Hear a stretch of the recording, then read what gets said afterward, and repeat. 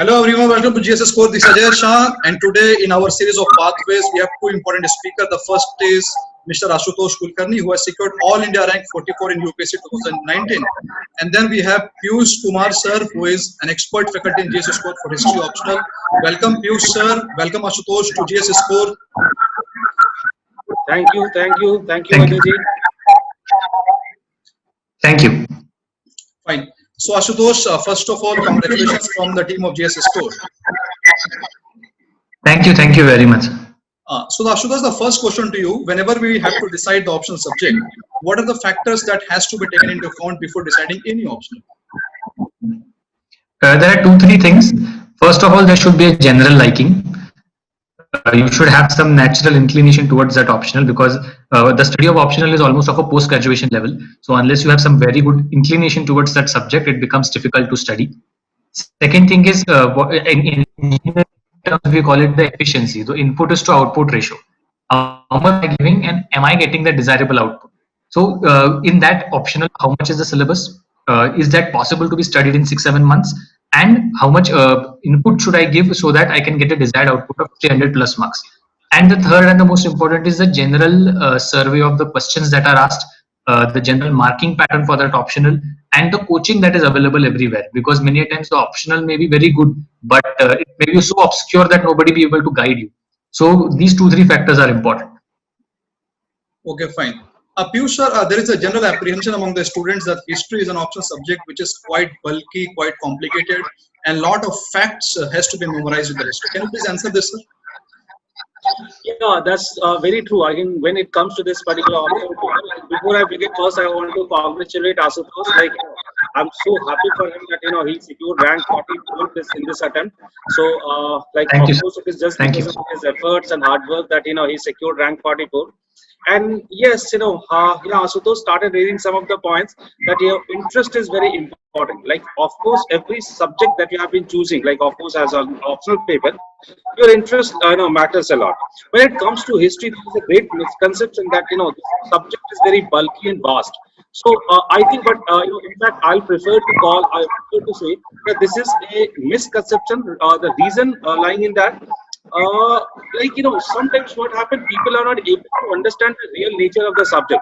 This subject is not about facts and other things, because if you're considering the subjects with this respect to facts and the kind of bulkiness which is there, in that case definitely it seems to be kind of problematic. It is all about concepts. It's all about understanding the continuity and changes in different phases. And when you have we're having a different approach towards the subjects, in that case, definitely it seems, it doesn't seem bulky. Rather, it, becomes more interesting because, because the way you start liking the subjects in order to understand the, continuity and changes. So that somehow helps the students to understand it. And the second thing I'll also, prefer to, discuss that what happens in history optional syllabus, each and every minute topics have been mentioned in the syllabus. That somehow helps the students also. Because now they're very clear what are the topics they need to prepare. But then in the other optional paper, like they have just given the topics, what are the subtopics which are missing, right? So somehow it seems bulky, but in practicality, it is not bulky. It's a misconception. Okay, thank you. Ashutosh, there is some disturbance coming from your side. What is that? Is it? So I'll just check. Probably some sound from background. Yeah, some sound is continuously coming from your side. I think it's. I've just muted and unmuted. Yeah. Or maybe that can be an echo. I don't know. Yeah. Whenever some other speakers are speaking, then we should mute our mic. Fine. Ashutosh, there is one more question among the students. It is an apprehension that history is a syllabus which has no syllabus, right? It is boundaryless. History is something which starts somewhere, ends somewhere. So, what's your take on this? Did you find this subject as a subject in which we can confine the syllabus of the optional? This has to be accepted that the syllabus is big, no doubt about it. But the biggest advantage, as Piyush sir was talking about, is I'll add one more to that. It is chronological stuff. Like there is the biggest thing that history has eased us is that you have to remember everything in chronology. So everything is given to you in chronology. So it becomes easy to place things in our brain also. Ultimately, if it's a huge subject, it's a question of memory. But in memory, if I'm remembering things based randomly, it becomes difficult. Like if I'm studying economics, I can study banking, then I can study inflation, then I can study international organizations. In history, the biggest advantage is that everything is fed to you in chronology. So it becomes very, very easy to remember stuff, even if it is large in number. So my only suggestion is that the candidate should not be intimidated by the high number of syllabus. There may be facts, correct. There may be too much to remember, correct. But it has to be remembered in chronology, and there is fixedness to the entire syllabus. There is nothing, no surprises. Like 2 years ago, the geography optional was killed like anything. But because it was totally surprising, there was nothing candidates could expect at all. In history, there is no surprises. If you check the 4 5 years papers that have there in the last 4 5 years, there is predictability, general predictability. So this becomes the biggest advantage despite having a big syllabus. Okay, fine. Ashutosh, can you just tell me one thing, that is, can we finish the entire option of history only by reading standard books, or can it be finished without coaching? Or coaching is something which is mandatory in finishing the option of history? Coaching in a way can be necessary depending upon the understanding of the candidate. The advantage of history is that it is very easy to understand. There is nothing too much exceptionally beyond our control or very, very conceptual things in the history. But if the candidate does wish to, he can take the coaching.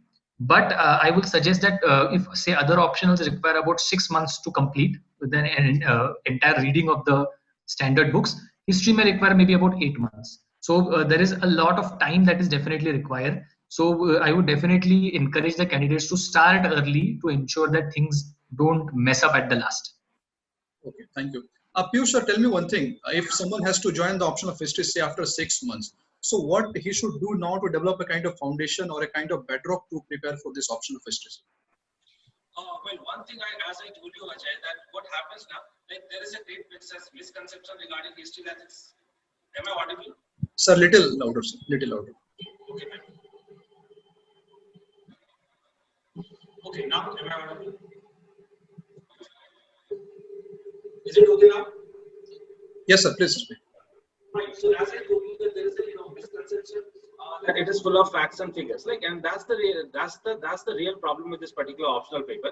So basically, when it comes to the early understanding of the subject, so first thing, like people should start believing in this idea from the beginning itself, that it is all about understanding the concepts. And one point that Ashutosh highlighted just now, that it is all about understanding the thing in a chronology. That's really true. And in fact, it helps students to understand it, in a chronological order.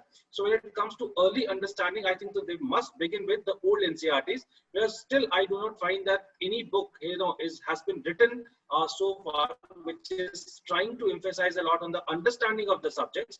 So NCERTs, the old NCERTs are the best stuff to understand for the to understand the subjects, at least for the beginners, right? So they all should start from the old NCERTs only.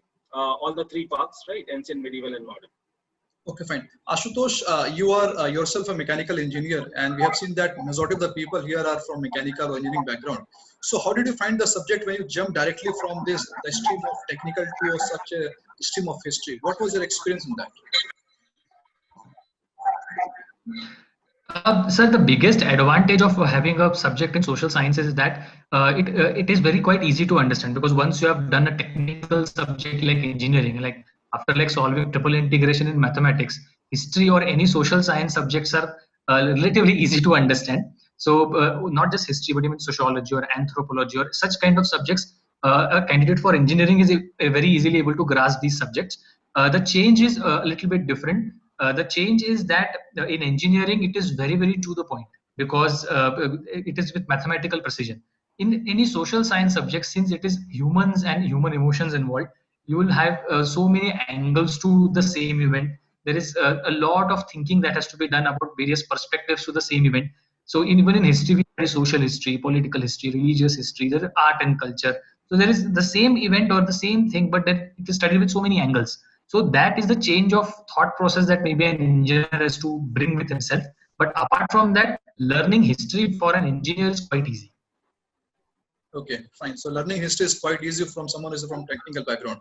Yeah, Ashutosh, tell me one thing. Did you feel that there is any spillover effect of history on other subjects of GS or essay and all? Because I have seen that the people who are from political science or people who are in sociology, they say that there is a spillover effect on the other subjects of GS. So did you feel that? There is definitely a spillover effect. In GS1, undoubtedly optional students are in biggest advantage because those 2-3 questions, critical questions of either art and culture or that one question of world history, which often comes out of the blue, but many a times the optional students have some idea of what things are in that. So in GS1, for at least 2 to 3 questions, there is a decisive advantage.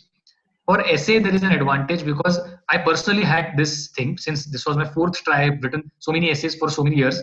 I could sense that every time my introduction or some tidbit in that essay has some link to history, and that actually adds on to some there is some value addition to that essay. Same goes in GS4. There was I guess it was in essay, and it was something about righteousness and uprightness and everything. I quoted some instance from the Mahabharata directly. Now that became so good, and in one essay I quoted Roman Empire and Caesar, and it adds to your entire thing because it's something totally different than what other candidates are going to write.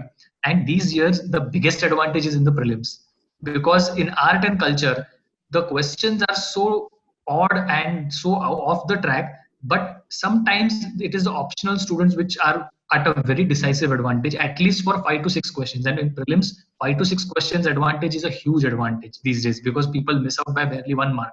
So in at least because what happens is when candidates come to me to ask what should I do for art and culture, I have no words because as an optional student, we are already studying it in so detail that I cannot suggest to them any source. So for history optional, the decisive advantage is in prelims, essay, and GS1.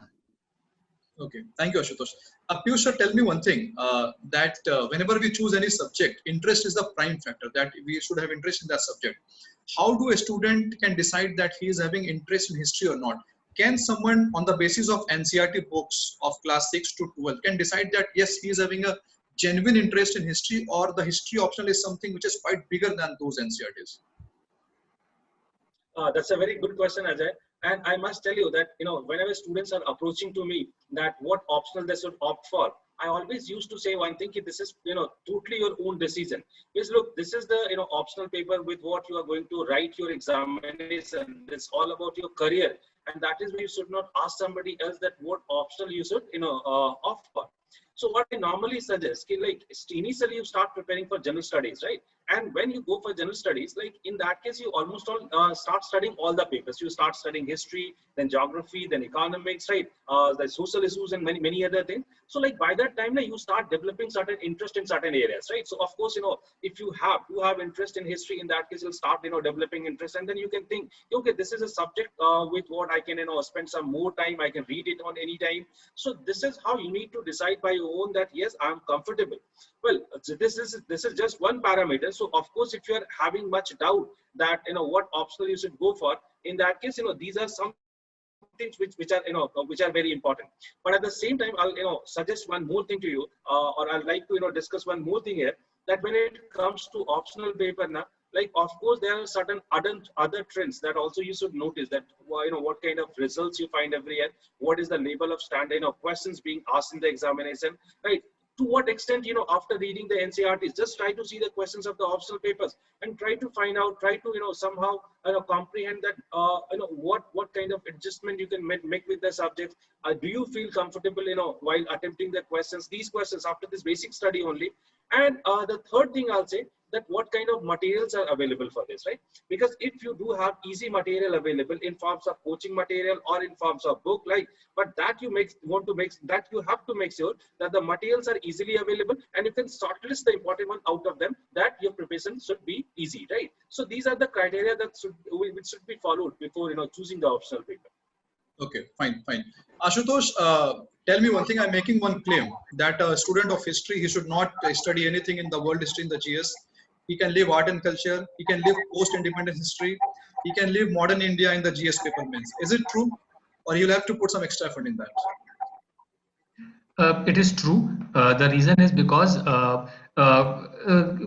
generally after the GS papers, hardly after 4 or 5 days, you're going to have an optional paper. So it's generally that you are 1 month prior to the actual means, you are studying history optional also. So that will actually cover up for art and culture as well as modern as well as world history. It is true. But rather than you asked what extra effort should be put, I am saying the effort should be minimized. So it's opposite. You have to unlearn a few things while the GS papers. because as optional students we tend to go very deep, and most of the times the people who are going to check those papers, they may be generalists. It's not necessary that they may be history graduates, because they have to check the geography and sociology part also in GS1. So I don't know what's their checking methods, but assuming that those people are not history experts specifically, maybe whatever we write, they may go totally tangent to that person. Some dangerous concepts, like if there was monetary anemia in early medieval India, maybe that person just may not understand what's monetary anemia. You have to just say that, okay, there was less minting of currency. So there are certain things which you have to unlearn while writing GS. You have to make the answer simple. Maybe it should not be too loaded with facts, but basic concepts, because that is why it's called general studies, because it is all general in nature. So it's more about unlearning while writing answers rather than doing any extra effort. Okay, thank you. Piyush, tell me one thing. In majority of the optional subjects, we have something called scholars. In sociology, in PubMed, in political science, we have scholars. So when we read any scholars, there are chances of misinterpretation because there are subjective interpretation. So do we have any such chances in the option of history that there might be subjective interpretation of any concept? Well, I won't say that there is, there are chances for misinterpretation of any topic as such or any issue as such. But yes, in history also you need to learn how to make the balance, because as far as scholars are concerned, of course, history is also one subject that is somehow, that discipline is being run by historians itself, right?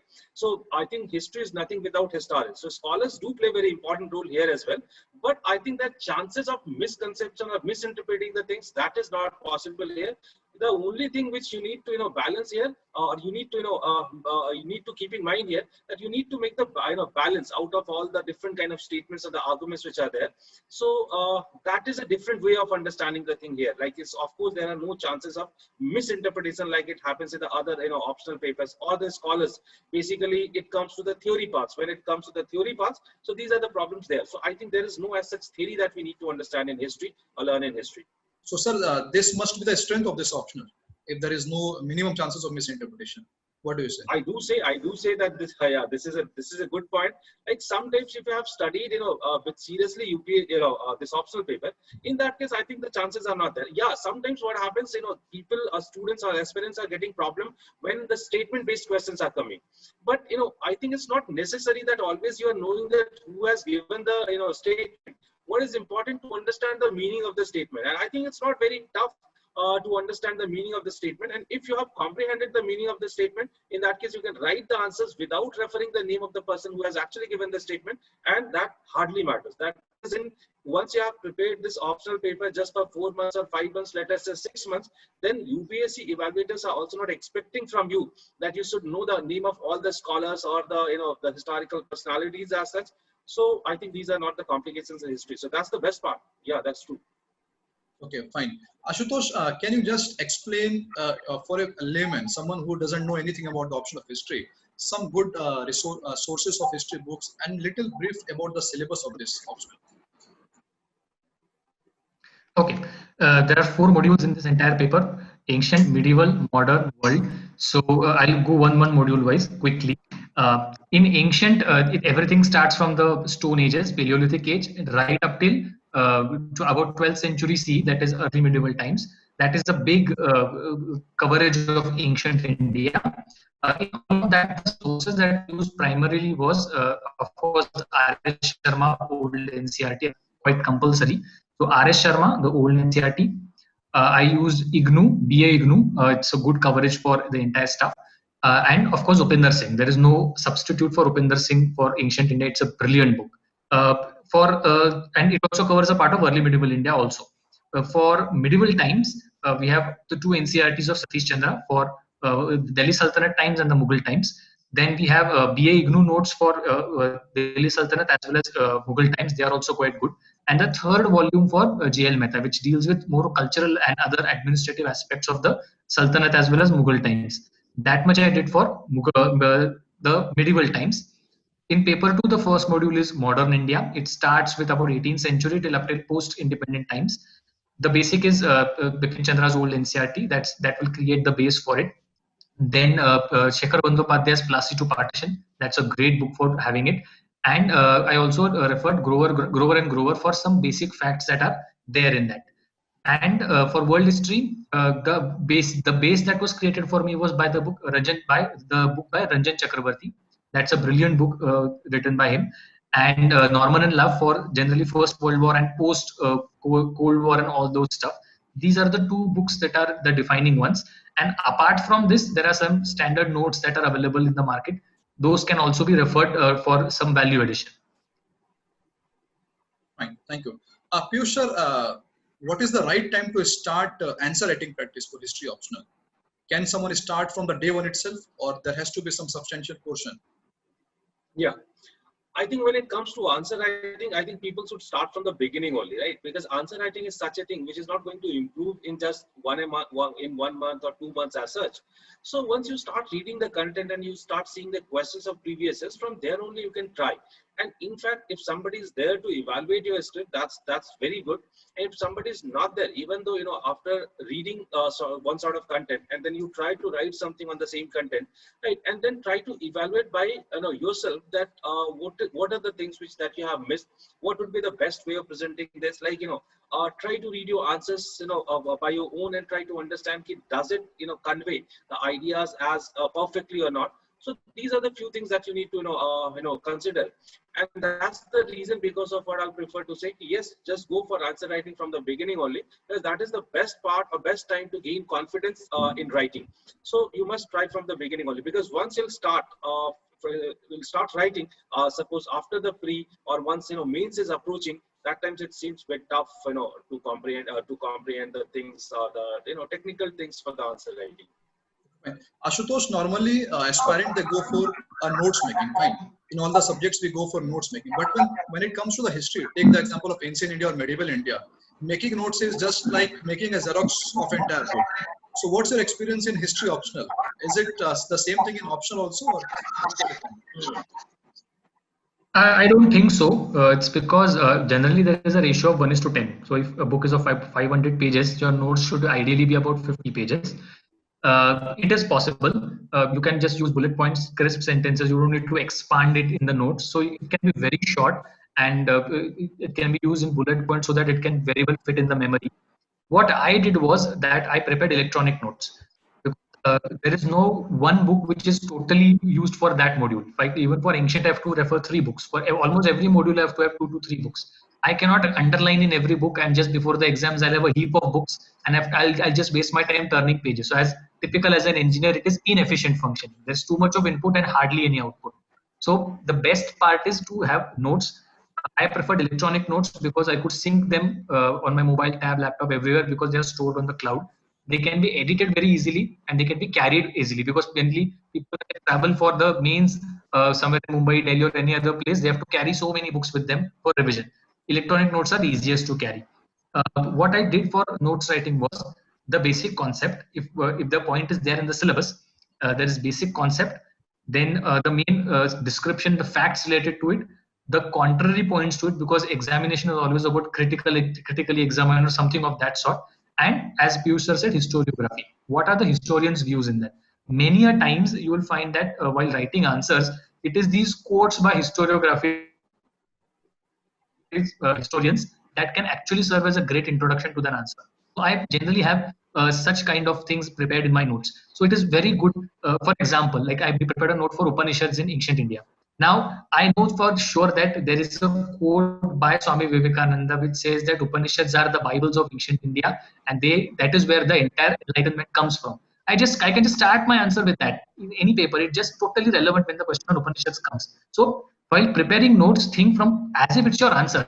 So if the question comes, your brain should directly go to that notes, and it should tell you, okay, these are the 4 points that you have noted down. Start writing, because as it is, you don't have time. So it's like it should happen. It's like a mechanical process that, okay, this is my note and this is what was asked. Let's start.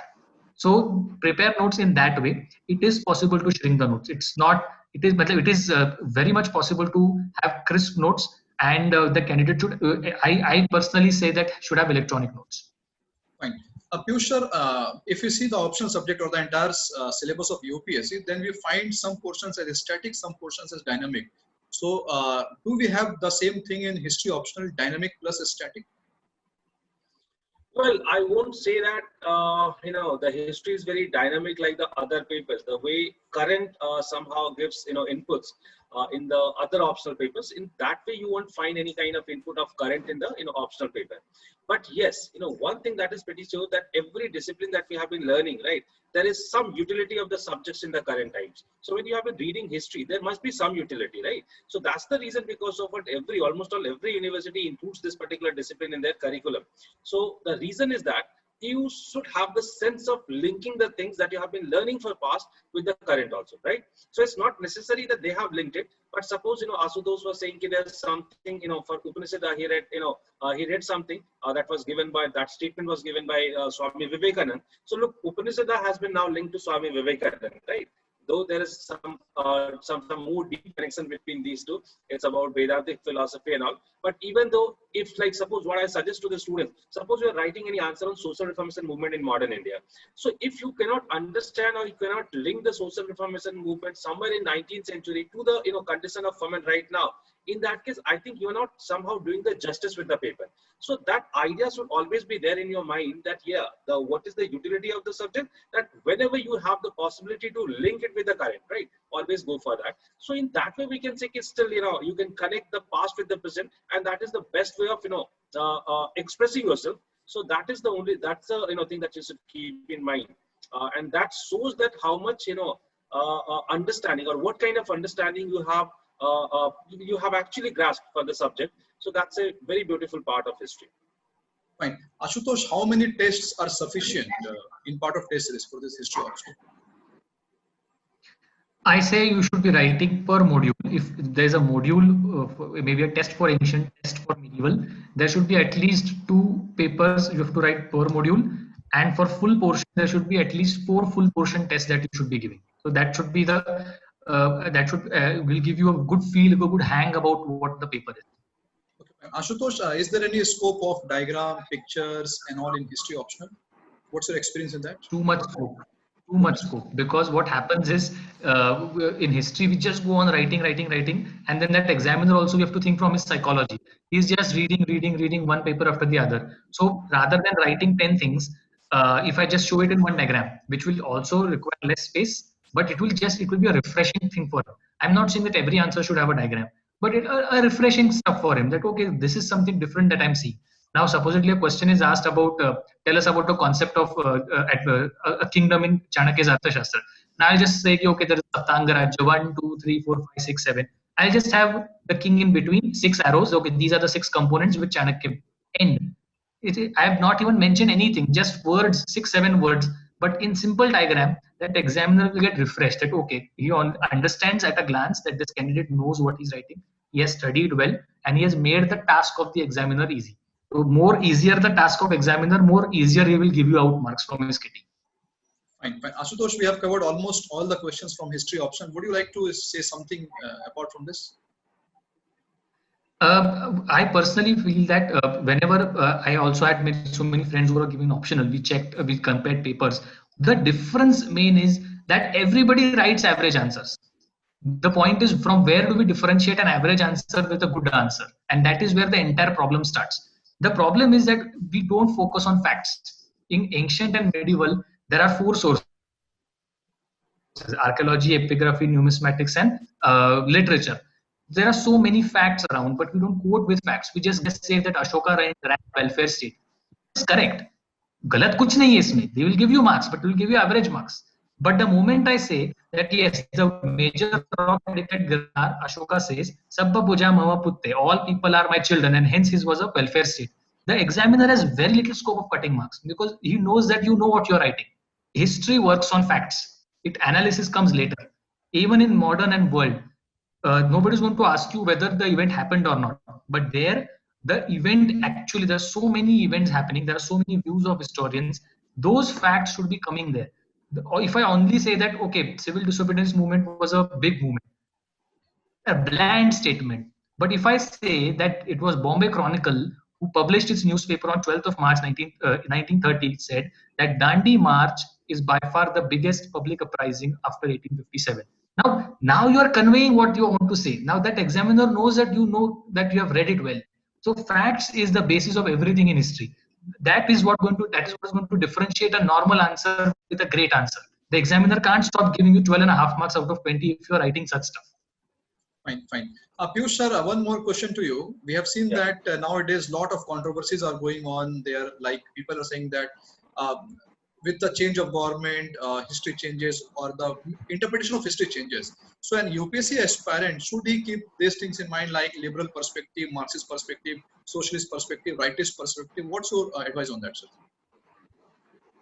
Well, from the beginning only, I keep on saying that, like, there are two things which are very important in history: sources and historians. Okay? So there is no history without sources and historians. Okay? So there is no sense of history without these two things. So I think if there are certain changes, like of course you should try to include these things. But in history, what happens, no, the changes, like it happens in the other papers in the same way the changes are not happening in history. If suppose any new research is there, any new argument is coming, so that argument is taking at least 6 to 10 years to be part of curriculum or be part of academics, right? So what happens, you are having a kind of gap. So why the book of Upinder Singh? Like everybody has started reading the book of Upinder Singh. Why this book has become so popular? Let me tell you very frankly. Whereas before coming of the book of Professor Upinder Singh, the books which are being used by people, these were written long back, like somewhere in 1970s or something like that. Okay? And these books were not revised also. So of course these books were lacking. They were missing all those recent developments which have taken place. And that is why what happens, like, of course, if you're reading the recent books like Shekhar Bandyopadhyay, that's the another book has that has become very popular recently. Again, the same thing is true for true for that book. So basically, when it comes to the recent sort of things, of course, the books which are written recently, these have included all these details. So yeah, these are the things that you definitely need to include. But that doesn't mean that any research which has taken place last year or in last 2-3 years, that also you need to include. That's not necessary. If you know about such kind of researches, like I'll just try to give the examples of such as IVC, Indus Valley Civilization. So what happens in Indus Valley Civilization? Regularly the excavations are going on, right? But these excavations are they have not become part of curriculum right now. So when you are concluding your answer, then that time you can mention, okay, recently also some researches are going on, and these are the new conclusions which are offered. So this is not part of your body, this is not part of your body, right? Rather, this is how you're concluding your answer. So you are just giving this particular, you are conveying this idea to the evaluators. Okay, this fellow is following the developments, even happening recently also. So that somehow carries a kind of, a good impression for you to the evaluator, right? So when it comes to the trend, like the different kind of historiography, so of course these are mentioned in the book. You don't need to collect it from any other source as such, that you need to go for many articles as such, nothing as such, right? Whatever the books that you have been reading, you will find the historiography there only, and from there you include these things, and there is no need to include as such the things which are happening in last 3-4 years. But yes, you can end your answer if you know it. If you do not know it, that's all. Okay, thank you, sir. Ashutosh, now some general questions apart from this history option. So students have some questions for you. And this is Anuja from Kerala, fine? So she has basically 3 questions for you. The first is, how much NCERT is important? It is the most important thing, because in history, timeline is extremely important. It has to fit in my brain that this happened after this. For that, the kind of explanation that NCERTs are giving, it is unmatched. And NCERTs are very important. Skip at your own risk. Fine. A second is time management in prelims examination. Can you please throw some light? I generally say a 2 months period for studies critical before prelims. In that, I suggest that the entire revision should happen in 10 days. So there should be 3 cycles of revision, 10 days each. So that will make about 1 month, and 1 month for solving full portion papers. So that is the kind of time management I say. For that, for revision to happen in 10 days, your notes should be ready, or if you're underlining stuff in the books, even that should be ready. So it is very, very critical that you finish up the revision in 10 days. Most people, what they do is they start revising, and by the time they end their revision, prelim is like in the next week, and they have no space left anywhere. So the revision is a critical part, but it should be very quick. 10 days revision schedule, then solve for papers for 4-5 days, then again start a revision, then maybe for 10 days you can solve a paper. Keep it a mixture of these two, and you'll be able to manage your time very well. Fine, fine. She has another question that do aspirant need to read the newspaper daily, or they can only rely upon any kind of current affairs magazines or online resources? What's your advice on this? See, maybe a few years ago, this advice would have been correct that okay, current affairs magazines will cover a lot of stuff. But what happens is that in prelims also, many random pieces of information come up, which apparently are not there in a current affairs magazine, but they may have appeared in some newspaper, especially the Hindu. Even for the perspective of means, the daily whatever current affair magazines people refer, they may not give you the perspective that maybe a newspaper article may give you. So for understanding also, for perspective also, newspaper is necessary. Keep it just one access every day. You don't need to spend 2-3 hours. Don't read 2-3 newspapers. Either the Indian Express or the Hindu. One newspaper. You should also know which pages to open. No sports page. No random political stuff to be read. It is mainly about read the headline, understand whether this can be asked in the exam or not. Just quickly read it, note down the things in your notes, go ahead. So that kind of policy is extremely necessary. What I used to do was I used to study during the day, and when the after 10:30 in the night, when the brain's sharpness reduces because you're tired, then I started reading the newspaper. Because in newspaper you have to just consume, you have to do nothing else. So I did not waste my morning creative time, the best peak time of my studies in reading newspapers. I generally read them at the night. Okay, fine. Jiva has a question that science and technology, it's a very vague topic. So how should we prepare science and tech? In science and tech for prelims, I understand that it is a very easy subject because in general, my suggestion is those 3 modules, polity, economics, and geography, are much more predictable than science and tech, environment, and history. So I generally suggest for science and tech 2 basic, maybe even 10 standard books where physics, chem, and biology are the basics are clear. And for the rest of the stuff, you can always have the current affairs magazine, which will give you a very good head start about what's happening. Even the test papers that you solve, I suggest that solve module papers of science and tech. Many current affairs are expert. You see those current affairs there. You can note them down and you can use them. Fine, thank you.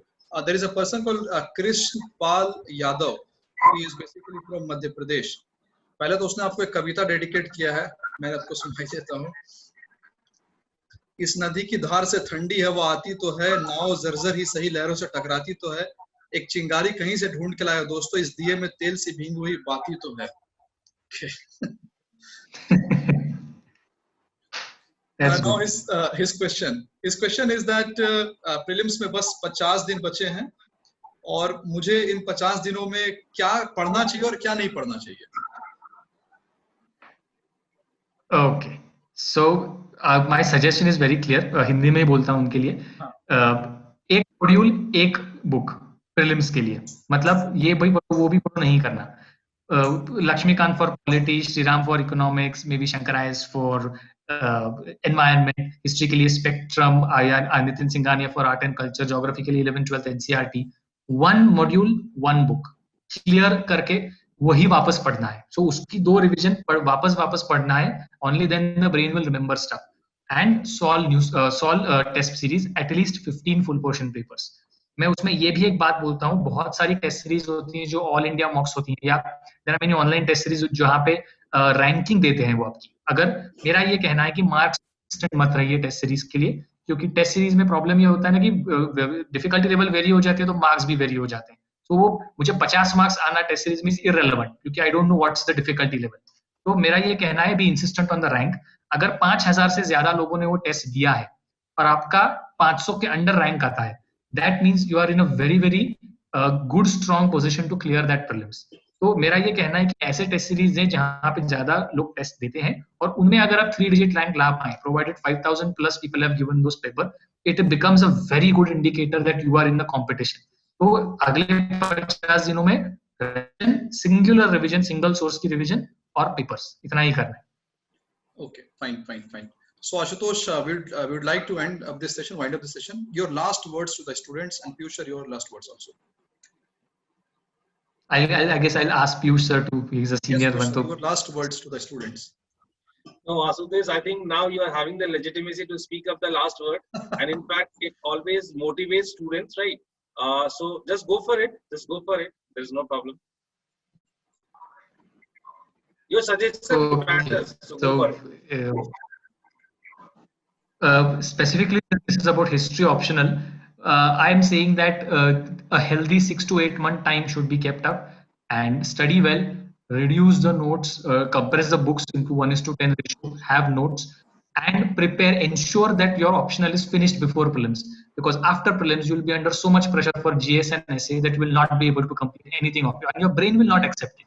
The brain itself is under so much pressure that it will reject any new thing that you are reading. So ensure that before your optional subject is over, the notes are ready, and after the prelims is over, you have only two tasks: revise, write answers, revise, write answers. Minimum 3 times revision. I gave 3 mains, despite knowing that those notes are going to be the same notes, yet I revised those notes 3 times because your brain needs it. History optional is like petrol; it evaporates in time if you don't revise it properly. So there are 3 months for prelims, 1 revision per month. Each revision ensure that your notes are so compressed that you will require 2 days per module. So that is 8 days for optional revision. My notes are so small that 8 days and I'm finishing my revision, and rest I can divert my energies for GS. So 3 revisions before prelims, before mains, and at least 4 full portion papers. That will give you the confidence. The most important stuff for mains is writing speed. You require very good writing speed for completing that paper. For that, your brain should throw the facts when you read that thing. So the moment your eyes set on that question, your brain should flood you with the, okay, this is what we are supposed to write. You have to just pick up your pen, start writing. For that, revision is necessary, and for revision, notes are necessary, and for that notes, your toiling for 6 to 8 months is necessary. So everything is linked properly. So there are no shortcuts to success. There are efforts. Everybody is taking efforts. Some people clear in the first try, some people clear in the fourth try, but everybody is taking efforts. There is no shortcut to success. There is no crash course in UPSC. It is all full-time effort. Do it properly. That's all. Fine, fine, fine. Thank you, Ashutosh. You, sir, any word, or should we wind up? No, I'll just say one thing. The last words of Ashutosh is perfectly fine. That there is no shortcut for the success, right? The same effort is required. And when people are asking such questions that what should we do right now, of course, put your efforts, right? The sincere hard work and efforts, these are required. Go for it, and everybody can clear UPSC. It's not a big deal as such. Thank you. Thank you, Ashutosh, for joining us. And from the entire team of GS Score, we wish you all the best for the future. We wish that you become cabinet secretary a day. You get cadre of your choice. And all the best wishes, Ashutosh. Thank you. Thank you, sir. Thank you.